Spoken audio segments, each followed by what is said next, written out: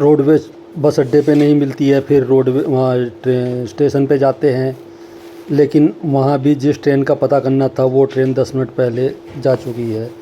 सतीश रोने लगते हैं, सब ख़त्म हो गया, सब कुछ ख़त्म हो गया।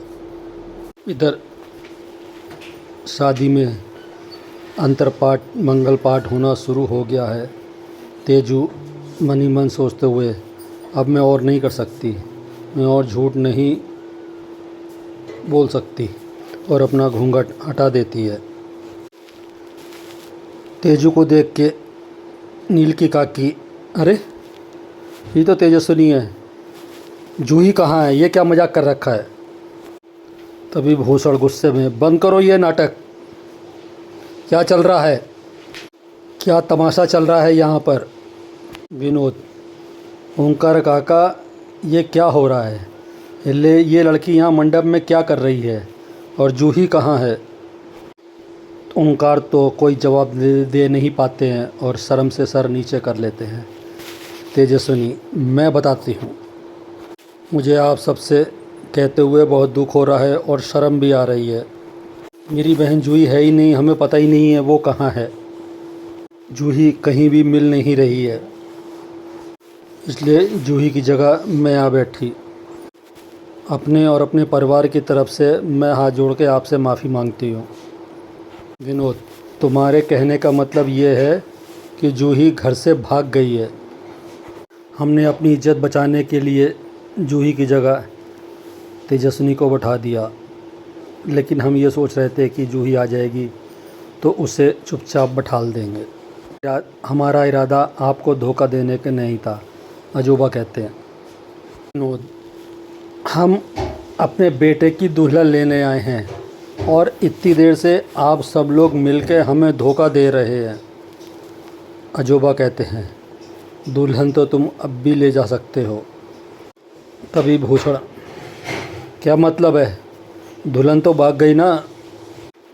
ओंकार हाथ जोड़ के, एक दुल्हन तो अब भी मंडप में खड़ी है ना। ओंकार, मेरी सबसे बड़ी पोती तेजस्विनी को अपने घर की बहू बना लीजिए। भूषण, अरे तुझे पता भी है ओंकार, तू बोल क्या रहा है। अरे हम अपने बेटे के लिए दुल्हन लेने आए थे, कोई शॉपिंग करने नहीं कि एक पीस में डिफेक्ट निकला तो दूसरा ले जाएं। बस अब बहुत हुआ, हमारा जितना अपमान होना था वह हो चुका है, अब एक सेकंड भी यहाँ नहीं रहेंगे हम। अरे कहीं भी नील की शादी कर दूंगा मैं, लेकिन अब इस घर से रिश्ता मैं हरगिज़ नहीं करूँगा। ओंकार हाथ जोड़ के, नहीं नहीं भूषण नहीं, और उनके पैर पड़ते हुए भूषण के, मैं तुम्हारे पैर पड़ता हूँ भूषण, अगर आज हमारे घर से बारात वापस चली गई तो बहुत बेइज्जती होगी हमारी, मैं किसी को मुंह दिखाने लायक नहीं रहूँगा। जैसे तू जूही को अपने घर की बहू बना रहा था, वैसे तेजू को बना ले। मैं तुझे अपने बचपन की दोस्ती का वास्ता देता हूँ, जैसे तूने जूही को स्वीकार किया था वैसे ही मेरी तेजस्विनी को भी स्वीकार कर लो। ओंकार काका, इस तरह हाथ पैर जोड़ने से कुछ नहीं होने वाला, हमें माफ़ करिए। विनोद नील से कहते हैं, चल यहाँ से। तभी सोनाली आजी हाथ जोड़ के, ऐसा मत करिए आप, अगर बिना दुल्हन के बारात वापस गई तो हमारी किसी बेटी की डोली नहीं उठेगी। तभी लक्ष्मी, हमारी तेजस्विनी में कोई कमी नहीं है। विनोद भाव, आई बाबा सही कह रहे हैं, तेजस्विनी में बाकी कोई कमी नहीं है, सारी लड़कियों में सबसे ज़्यादा काबिल यही है।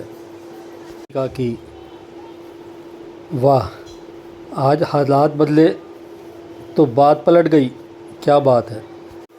आप तो तेजस्विनी को हमेशा भला बुरा बोलती रहती हैं, आज तो बड़े तारीफ़ के पुल बन रहे हैं। लक्ष्मी, आपने बिल्कुल ठीक सुना, आपने सुना है ना कि चिराग तले अंधेरा होता है, वही कहावत सच हुई है। मैंने अपनी आंखों पर गुस्से की पट्टी बांध रखी थी तो कभी दिखाई नहीं दिया कि वो कितनी अच्छी लड़की है, कितनी प्यारी है। मैंने हमेशा से नीचा दिखाया, अपनी आंखों पे नफ़रत की पट्टी बांध रखी थी, लेकिन इस लड़की ने मुझे आंखें खोली, मेरी ममता का असली मतलब समझाया। इसे रिश्तों की बहुत समझ है। ये आपके घर जाएगी ना तो आपका घर खुशियों से भर जाएगा। मैं तो सिर्फ नाम की लक्ष्मी हूँ, लेकिन ये तो सच में लक्ष्मी साबित होगी। भूषण, जो एक बार भरोसा तोड़ दे फिर उसकी बात पर कभी यकीन नहीं किया जा सकता। मंजरी, नील तू कब तक चुप रहेगा? हमारे घर वाले तेजस्विनी की बेइज्जती कर रहे हैं। उसके घर वाले हमारे सामने हाथ जोड़ के रिक्वेस्ट कर रहे हैं, गिड़गिड़ा रहे हैं। दिखाई नहीं दे रहा तुझे? जी, यही मौका है नील, बोल, कुछ बोल। जबकि भूषण मंजरी और जीत को गुस्से में डांट रहे हैं। मंजरी, बाबा, ये नील की ज़िंदगी का सवाल है, अपने फैसले ये खुद लेगा। तभी नील कहता है, मुझे ये शादी मंजूर है। नील की बात सुन के ओंकार की फैमिली ऊपर मुंह करके भगवान का धन्यवाद करती है। तेजस्विनी, लेकिन मुझे ये शादी मंजूर नहीं है, मैं नील से शादी नहीं करूँगी। अजोबा, मैं झूठे बंधन में नहीं बंधना चाहती। तभी तेजस्विनी अपना मुकुट उतार के वहाँ रख के चली जाती है। भूषण जाने लगते हैं तो नील कहता है, काका साहब, बारात कहीं नहीं जाएगी, ये शादी ज़रूर होगी।